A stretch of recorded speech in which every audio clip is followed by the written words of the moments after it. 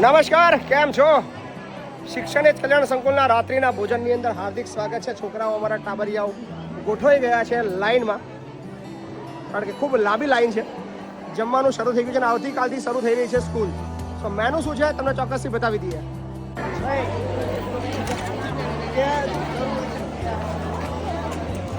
મેનુમાં છે રાઈસ, દૂધી દાળનું શાક છે, રોટી છે અને છે ગરમા ગરમ શીરો.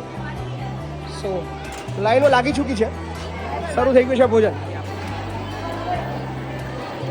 સો કઢી, પુલાવ, દૂધી દાળનું શાક, રોટી અને છે સરસ મજાનો શીરો.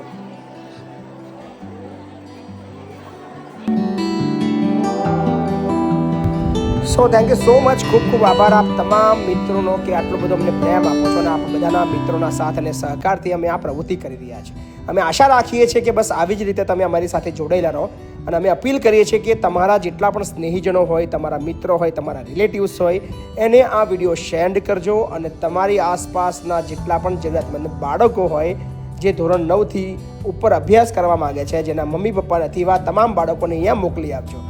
કારણ કે ગુજરાતનું એકમાત્ર એવી જગ્યા છે જ્યાં રહેવાનું, જમવાનું, ભણવાનું, કપડાં, યુનિફોર્મ, સાબુ, શેમ્પૂથી લઈને દરેક વસ્તુ નિઃશુલ્ક છે અને આ ચાલે છે માત્ર સોશિયલ મીડિયાના માધ્યમથી.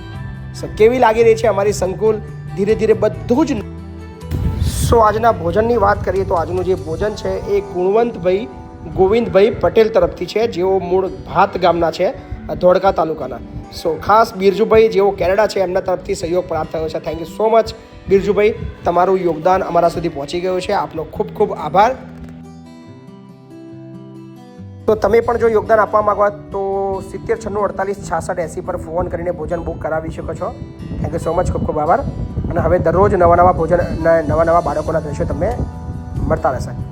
સો કેવી લાગી રહ્યો છે આપણો બહારનો હોલ? અચૂકથી કોમેન્ટ કરજો, વિડીયોને શેર કરજો અને ઓછામાં ઓછા તમારા 10 મિત્રો સુધી આ લિંકની કોપી કરીને વોટ્સએપની અંદર મોકલી આપજો. ધન્યવાદ.